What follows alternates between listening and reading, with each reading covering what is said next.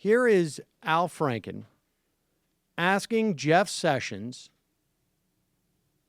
the Attorney General nominee, just to mind your P's and Q's, I guess. Have you ever had any contact with the Russians during the course of this campaign? Now, what's interesting about this is, I don't know what day. Do you know what day this took place, Matt? Only January 10th. This is January 10th? Because following this, there were written questions that Patrick Leahy sent to Jeff Sessions. Now, there's a couple of things that's interesting about this, but here is Senator Al Franken asking his colleague, Jefferson Beauregard Sessions, just to make sure that we're doing our due diligence. You didn't ever talk to the Russians about during the campaign, did you? Okay. CNN has just published a story, and I'm telling you this about a news story that's just been published. I'm not expecting you to know whether or not it's true or not, but CNN just published a story alleging that the intelligence community provided documents to the president-elect last week that included information that, quote, Russian operatives claimed to have compromising personal and financial information about Mr. Trump. These documents also allegedly stated, quote, there was a continuing exchange of information during the campaign between Trump surrogates and intermediaries for the Russian government. Now, again, I'm telling you this as it's coming out, so, you know. But if it's true, it's obviously extremely serious. And if there is any evidence that anyone affiliated with the Trump campaign communicated with the Russian government in the course of this campaign, what will you do? Senator Franken, I'm not aware of any of those activities. I have been called a surrogate at a time or two in that campaign, and I did not have communications with the Russians, and I'm unable to comment on it. Very well. I've been called a surrogate for a time or two, and I did not have any communications with the Russians. Now, what's also interesting, and maybe I'm projecting some of this on this, but if you see the video of this, it's a split screen, and Sessions looks particularly nervous. Now, it's also possible that's just his look. Like, he looks like he's a deer in a headlight, but there does sort of feel like he's thinking like, oh my God, what do they know? All of my dreams of a second Confederacy will go up in flames. I did not call Mr. Figures boy. What? Oh, no, did I not read with the Russians? Now, look, here is the interesting thing about this. Well, there's other interesting things about it. But there seems to be two strands of reporting here. The Washington Post first came out with their story, and a former Justice Department aide and now a current aide for Jeff Sessions, or I should say vice versa, former Senate aide, now a Department of Justice, confirmed that Jeff Sessions incidentally met with the Russian ambassador at a group function where there was a bunch of other people there in July, and then met with him in September, on September 8th. The September 8th part comes actually from a Politico piece. But Washington Post says September, that they met in Jeff Sessions' office.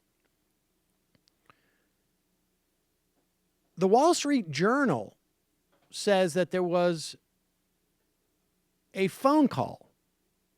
Now, that would make for 3 contacts.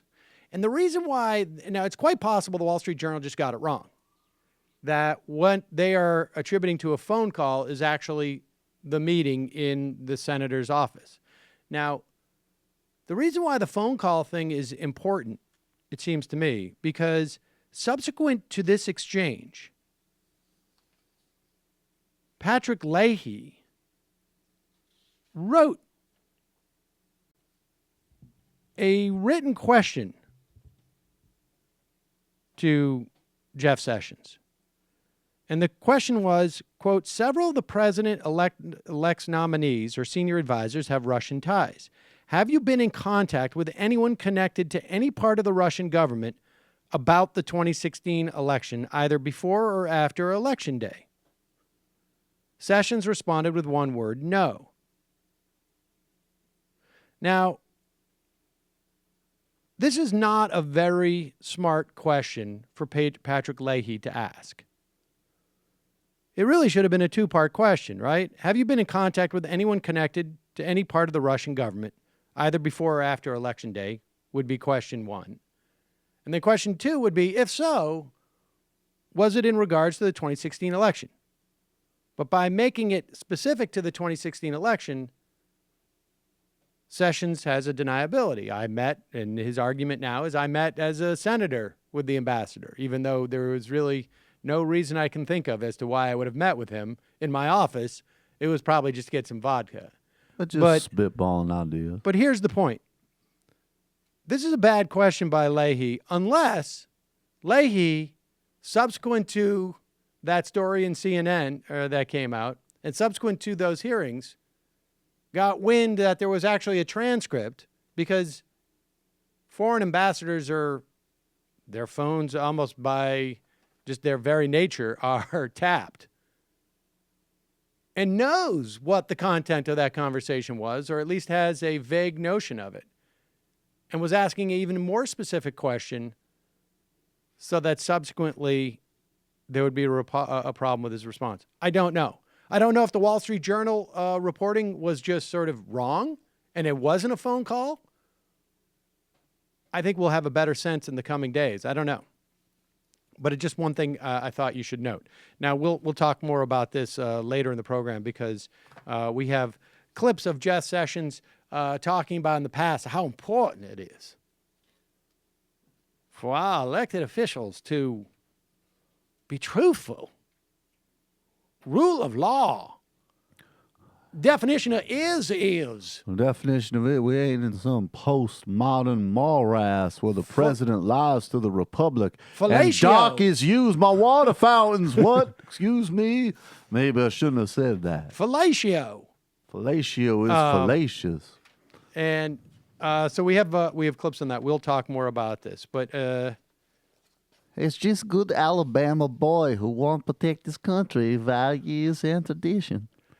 what's interesting is that Jeff Sessions was not one of those guys. I mean, look, just for a moment. Now, at the time, Jeff Sessions was sitting on Donald Trump's Foreign Advisory Committee. Jeff Sessions has a history of a disposition towards Russia, which I think is probably was on the belligerent end of the spectrum. So for some reason, I mean, there's really only two narratives here, right? One narrative is the Trump administration entered in, and maybe it didn't come from Donald Trump. This is a very, I think, charitable reading. Came in with the foreign policy objective of forging a stronger alliance with Russia, building better relations with Russia. And I think there's a very strong argument that that's a smart thing to do. But put that aside for a moment. Jeff Sessions would not be the guy that you would naturally go to when you wanted to do that as a foreign policy guy, right? I mean, let me give you two words, Mr. What is that? Seder, if you will. Well, Seder is actually the Russian mob guy who was a special advisor for Trump. I think you'll find that he had a rather different heritage. But anyways, being as that may, two words, Rosneft and purity. And so Sessions, I don't know. Seems to me that if you're Jeff Sessions and you've had what is a fairly unique meeting with the Russian ambassador in your office, as a part of a committee, you're not the chair of this committee. You're just one of the members of the committee. No one else on the committee thought in September, all this stuff we're doing with Russia requires me to meet with the ambassador. In fact, none of them met with him in 2016. you would just think that you would remember. Like maybe Alabama's shipping rice. Hey, Bodagoski, you know, I remember you say, I never call him boy. It's for the moment. It could have been just like, You are from Ku Klux of Klans. I know this. You just want help make America be pure and clean. we'll say this. How many points you want on Rosneft deal? I will say this, that if you're the Russian ambassador, there's really only two places that you could probably meet with someone and be assured that you're not being wiretapped. One would be in the probably secret room that they have in the Russian embassy that they have swept for all sorts of listening devices, where they go in there, the quiet room or whatever it is. And then the other would be in the office of a senator. And while at it, is there a Natasha that perhaps I could purchase? Mr. Ambassador? Hey, it's Sam Seder. Why don't you subscribe to this channel? You can do so right over here. Over. Subscribe.